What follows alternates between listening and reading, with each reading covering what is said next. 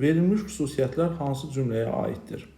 Saf sözü məcazi mənada işlənmişdir, leksik mənası qəlbinə toxunmamaq olan ifadə işlənmişdir. Bizi yola saldı Bakıdan bahar, ləpələr Xəzərdə saf gümüşdülər. Saf gümüş burada təmiz, xalis mənasını ifadə edir, məcazi mənada işlənməyib və digər sözün mənası da burada yoxdur. B-də uşaq güləndə dodaqların arasından sədəf kimi saf dişləri görünürdü nümunəsində də. Burada da saf sözü var, amma həmçinin də qəlbinə toxunmamaq, dəyməmək sözü, yəni mənasında işlənən hər hansı bir ifadə yoxdur. C bəndi duman tərk eləyir, dağlar qaşınır, göstərir saf sular, ayı, ulduzu.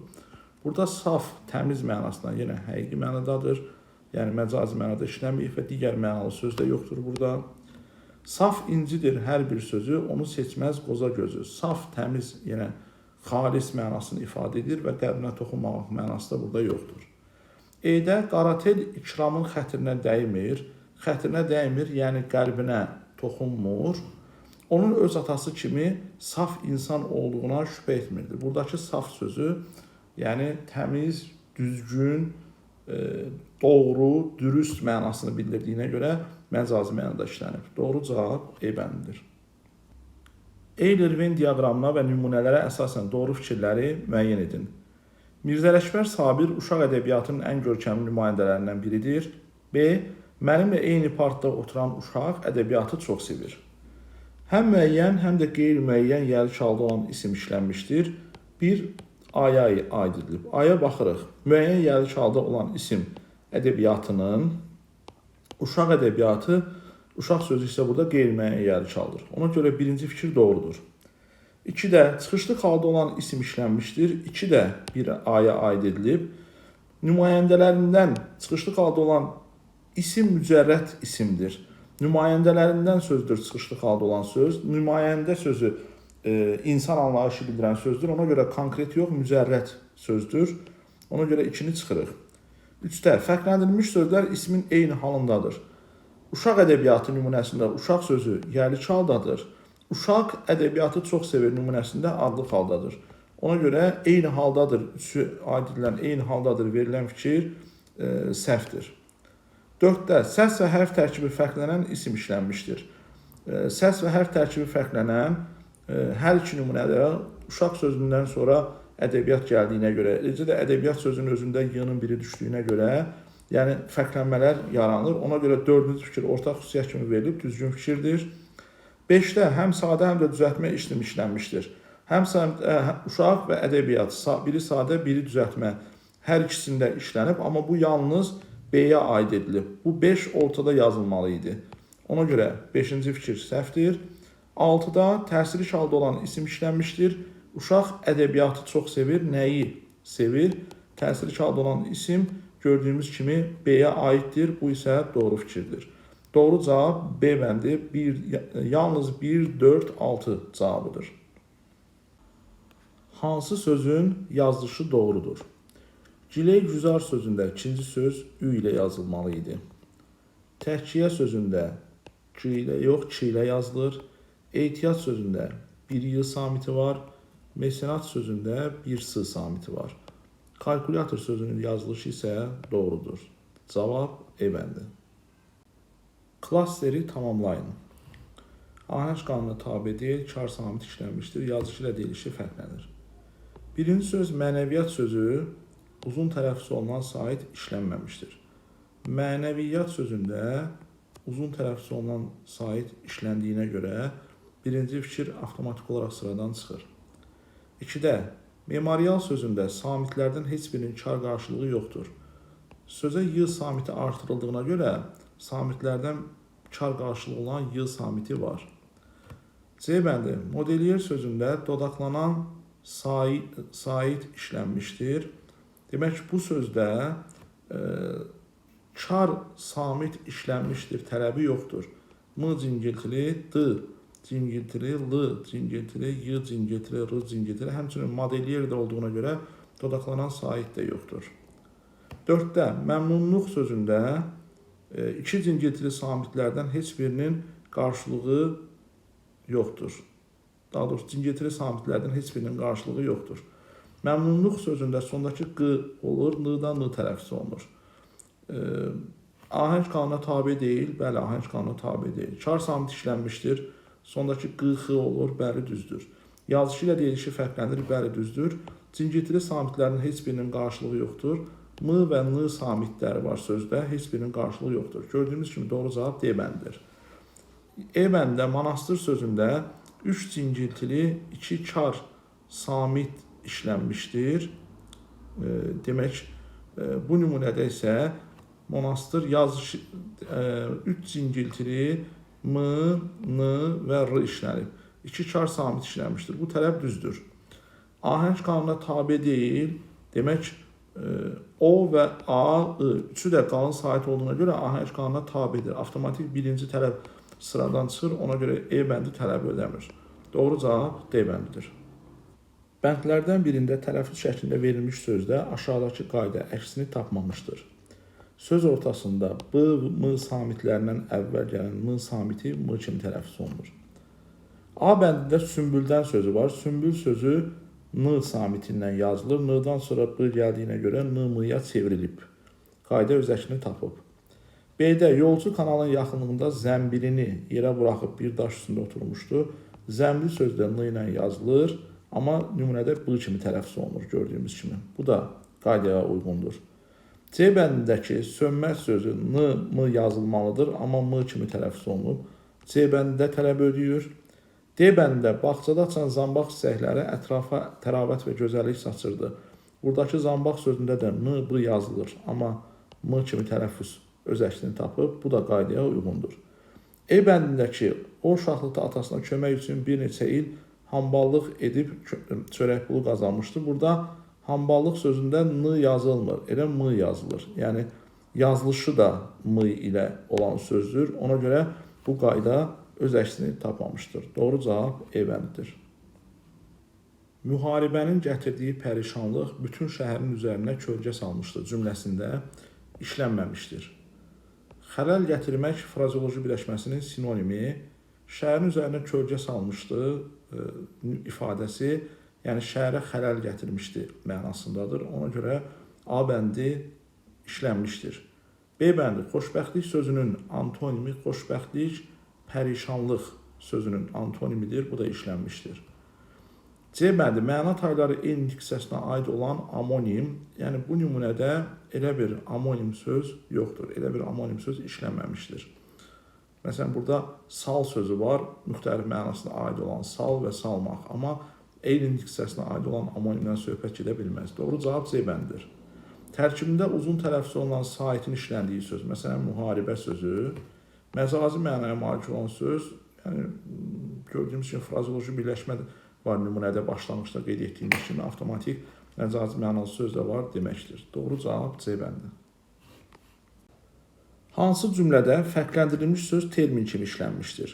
Fizikada sürət cismin müəyyən müddət ərzində keçdiyi məsafəyə əsasən hesablanır.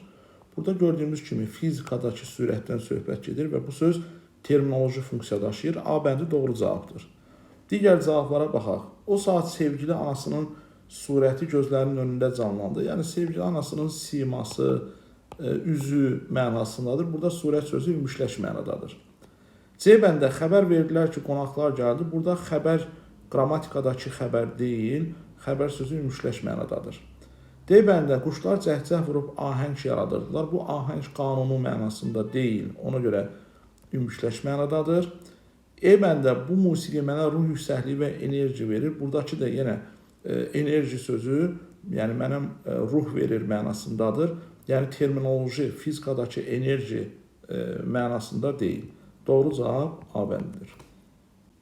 Bəndlərdən birində hər iki sözün səs və hərf tərkibi dəyişir.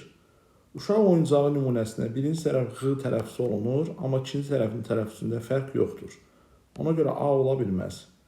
B bəndi kəkliyotu yığmaq nümunəsində kəklik sözündəki ilkdən sonra sait o gəldiyinə görə Y kimi tələffüz olunur. Buradakı Ç samiti Y kimi tələffüz olunur. Yığmaq sözünün sonundakı Q samiti də X kimi tələffüz olunur. Gördüyümüz kimi doğru cavab B bəndidir.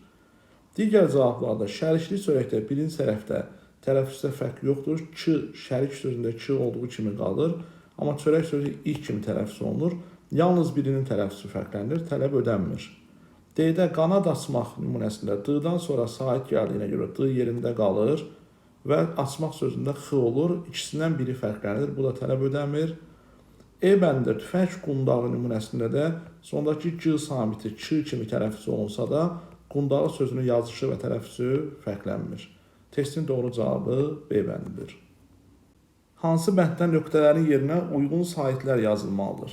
A bəndə əhvalat sözündə A yazılmalıdır. Ə olduğuna görə A uyğun gələ bilməz.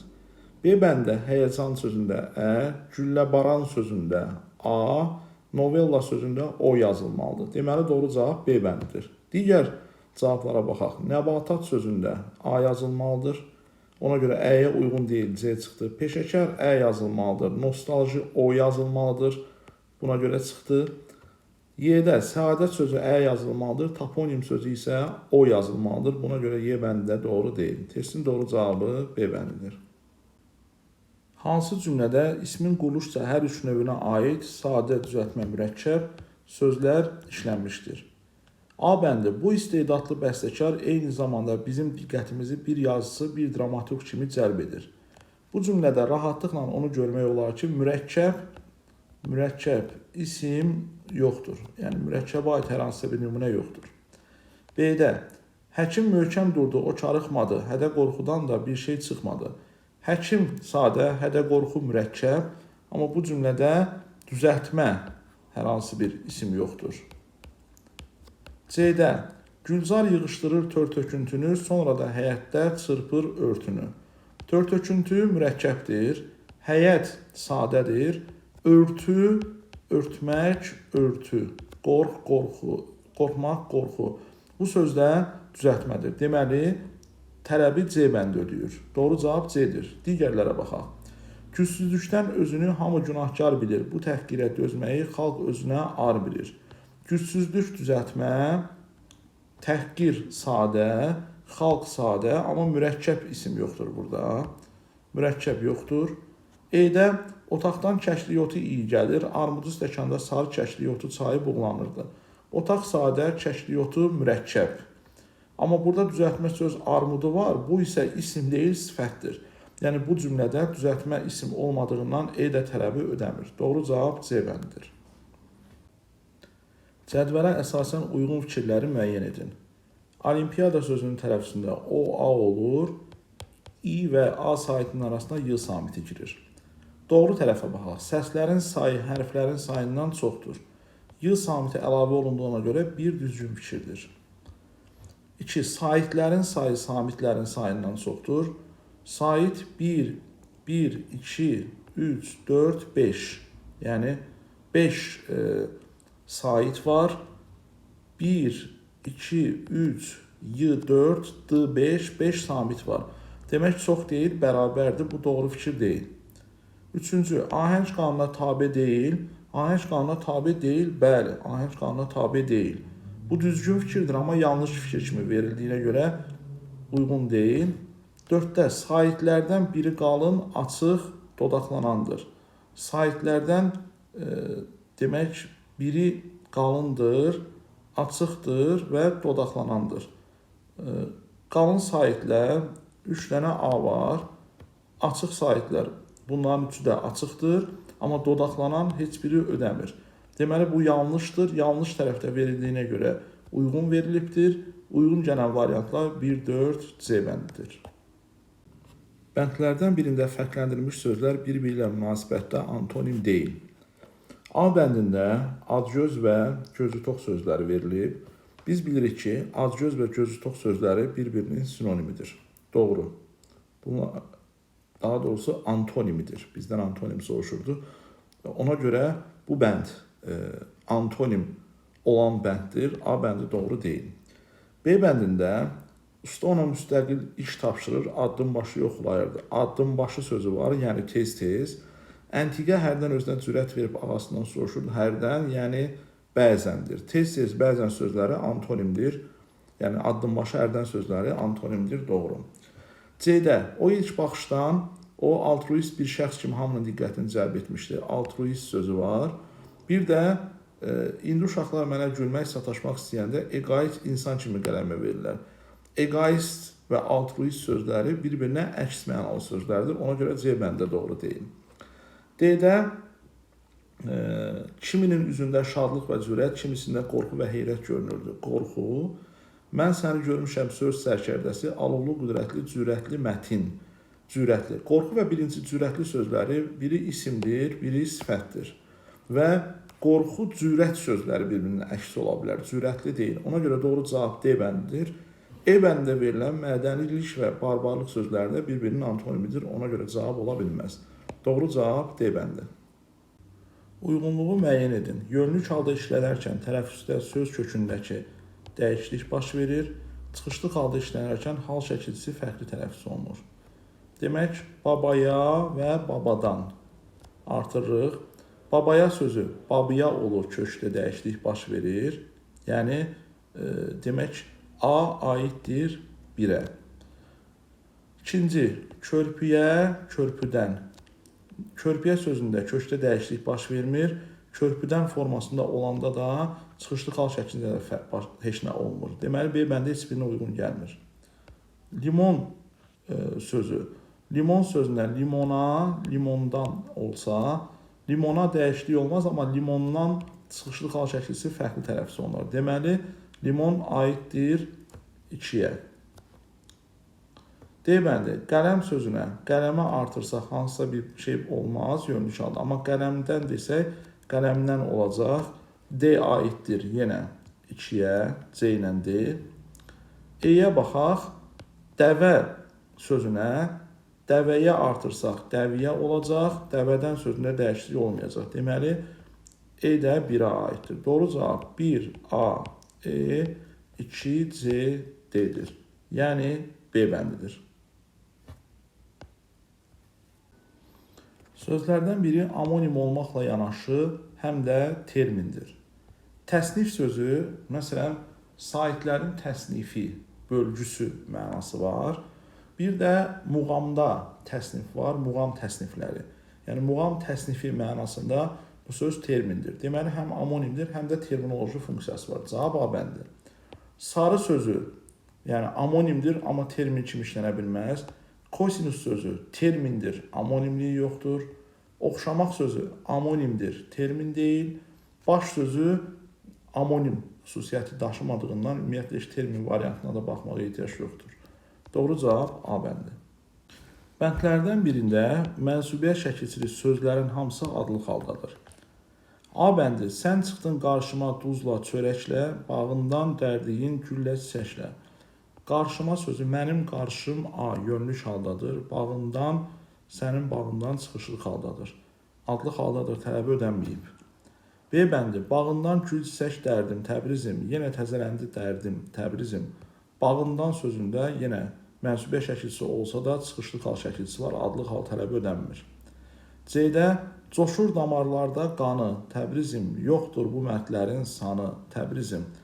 Coşur qanı, igidlərin qanı, cəsurların qanı mənsubiyyət şəkilçilidir, adlı haldadır.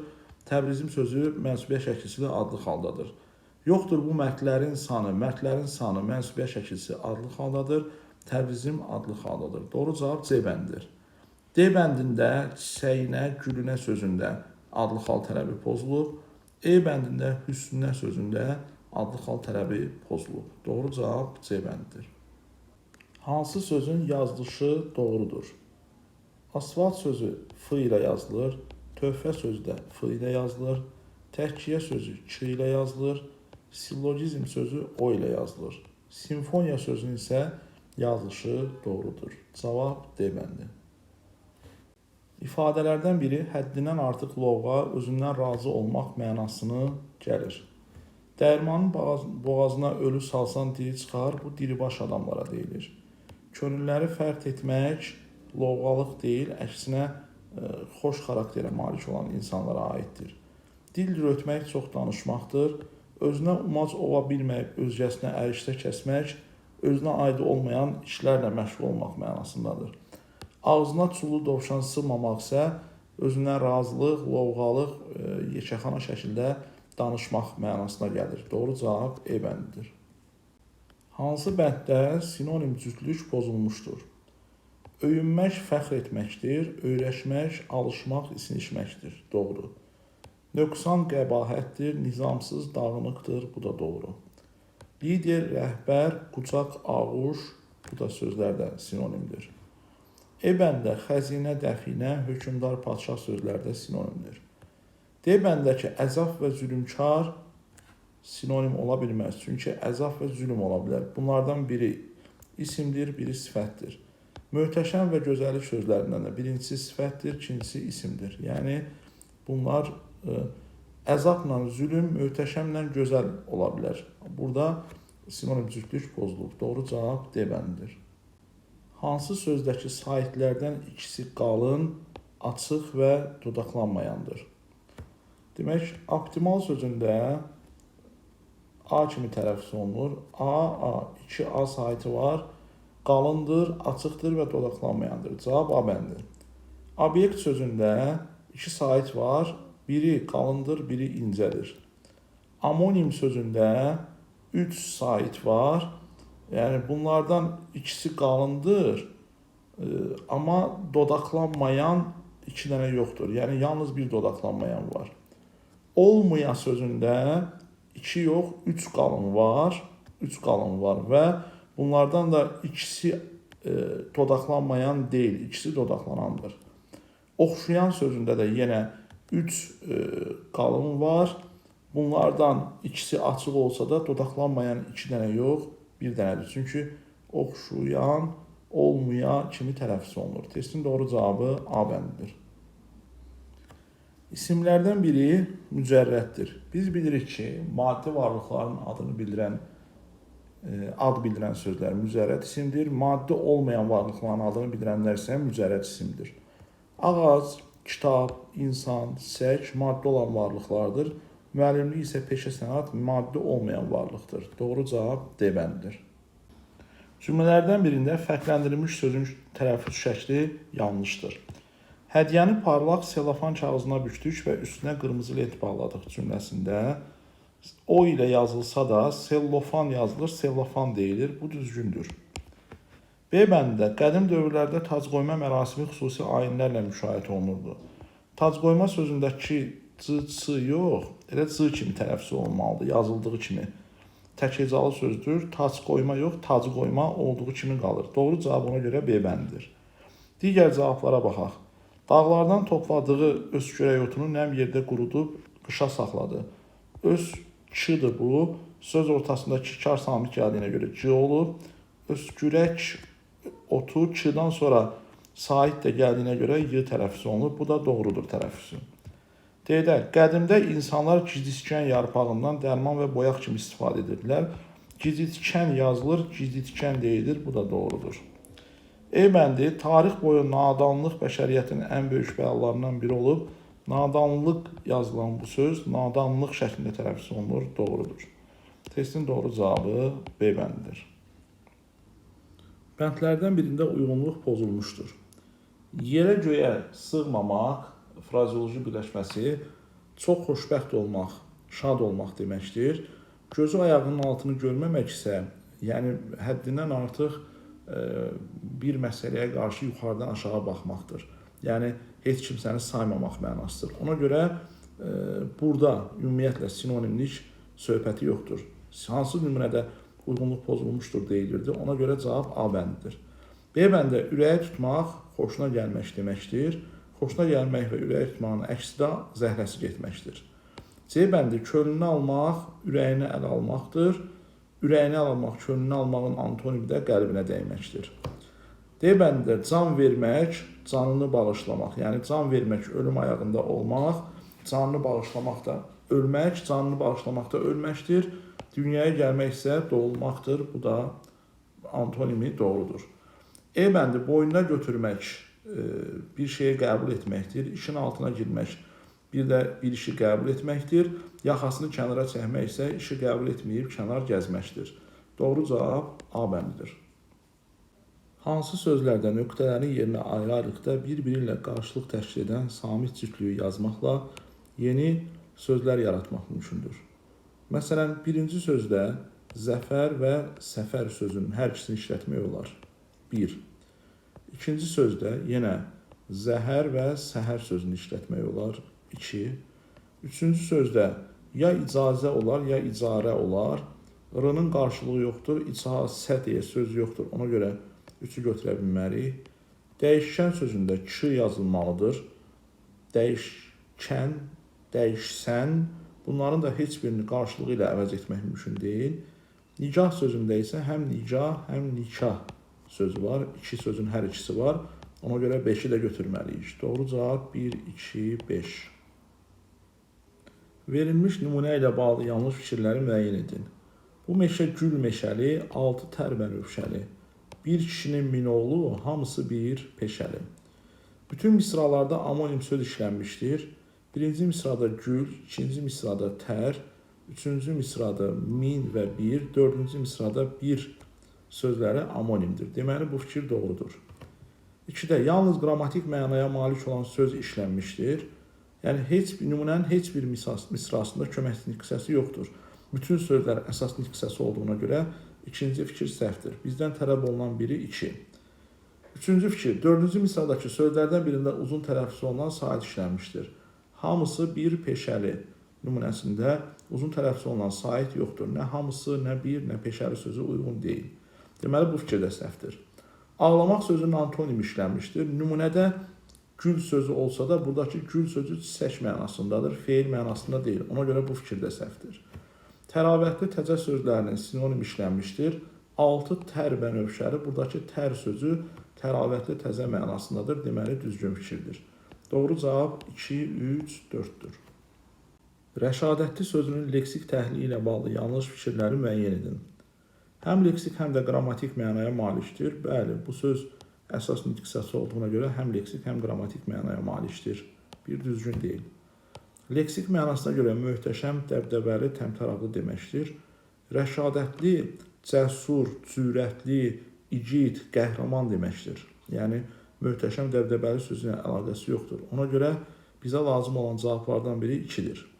Qorxaq sözü ilə antonimdir. Bəli, igid, cəsur, rəşadətli, qorxaq sözü ilə antonimdir. Üçüncü fikir də doğru fikirdir. Dördüncü fikirdə hər biriminə aid termindir. Rəşadətli sözü termin deyil, ümumiləş sözdür. Bu fikir ona görə səhvdir. Amonim kimi işlənə bilmir. Bəli, rəşadətli sözünün amonimliyi yoxdur. Deməli, doğru fikirlər 1, 3, 5-dir, səhvlər 2, 4-dür. Bizdən səhvləri tələb edirdi. Doğru cavab 2, 4. Hansı sözləri yönlük halda işlətsək, həmin sözdə x samitinin cingiltili qarşılığı işlənər. X samitinin cingiltili qarşılığı q samitidir. Yəni, hansı sözdə son samit q-q əvəzlənməsi baş verər. Mayaka, vərəqə, qonağa, pələncə, budağa, qazaxa. Gördüyümüz kimi 2 sözdə, 3-də və 5-də bu dəyişiklik baş verir. Doğru cavab 3, 5-dir. Uyğunluğu müəyyən edin. Yalnız çox mənalı sözdür, yalnız amonimdir, həm amonim, həm də çox mənalı sözdür. Məktəb sözü yalnız çox mənalı sözdür. Məsələn, deyək ki, bir həyat məktəbidir. Bu, A bəndi və yaxud da Füzuli məktəbi, Nizami məktəbi kimi ifadə edə bilərik. A bəndi buna aiddir. B bəndəki şam yalnız amonimdir. Həm şam ağacı, həm yanar şam mənasında. C bəndə boğaz sözü 3-ə aiddir. Amonim kimi bir boğaz heyvan, bir də insanın boğazı. Çox mənalı söz kimi, məsələn, insanın boğazı, deyək, hansısa bir güldanın boğazı deyə bilərik. Ona görə C 3-ə aiddir. Acı sözü, acı sifət, acımaq feil kimi amonimdir. Həm də acı bibər həqiqi mənada, acı xatirə məcazi mənada eyni zamanda çox mənalıdır. D bəndi. İmtahan sözü isə yalnız çox mənalı sözdür. Məsələn, bu həyat imtahanından hər kəs çıxa bilmir nümunəsində olduğu kimi. Deməli, 1A, Y, 2B, 3C, D-dir. Doğru cavab. Bir vaxtlar arzu edilən, həsrəti çəkilən şey zamanla reallığa çevrilir fikrini mətnin məzmunu ilə əlaqələndirin. Fikrinizi ən az 2 cümləli ifadə edin. Mətndən də göründüyü kimi Corinth kanalının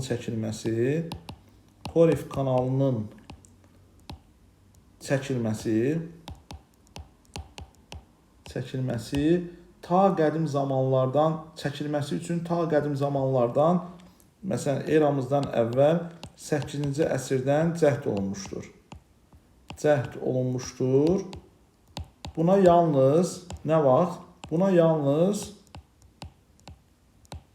19-cu əsrdə nail olunmuşdur. Yəni 19-cu əsrdə bu arzunu reallaşdırmaq mümkündür. Və yaxud Corinth kanalını Yunan hökmdarı Periyandır, həmçinin Julius Caesar, Caligula kimi hökmdarlar cəhd etsələr də bu iş onlara nəsib olmayıb. 19-cu əsrdə isə Corinth kanalının çəkilməsi həyata keçirilmişdir kimi cümlələr yazmaqla fikri mətndən əlaqələndirmək mümkündür. Üzərində rəqəm yazılmış sözlərə əsasən cədvəli doldurun. Birinci söz görürük ki, tarixdə kanalın tamamlanmasını planlaşdıran Julius Caesar və Caligula kimi şəxsiyyətlərində adları çəkilir, qeyd edilir. İkinci söz isə həmçinin imperatorlar Nero və Galba, eləcə də Bizans və Venesiyalılar da kanalın tamamlanmasına cəhd ediblər. Bu da ikinci sözdür, yəni çalışıblar. Deyir, birinci ifadə mətndəkindən fərqli mənada cümlədə işlədir. Çəkilmək sözünü fərqli mənada cümlədə işlətsək, məsələn, o yeni filmə çəkildi. Yeni filmə çəkildi sözünü işlədə bilərik. Və yaxud düşmən geri çəkildi. Düşmən geri çəkildi şəklində cümlədə işlədə bilərik. Çəkilmək sözünün, yəni qeyd edilmək mənasından fərqli mənada işlətməklə digər mənada işlətmək olar. İkinci ifadəni kontekstə görə əvəz edə bilən cümlə cəhd ediblər, çalışıblar, deyək, səy göstərmək, can atmaq və s.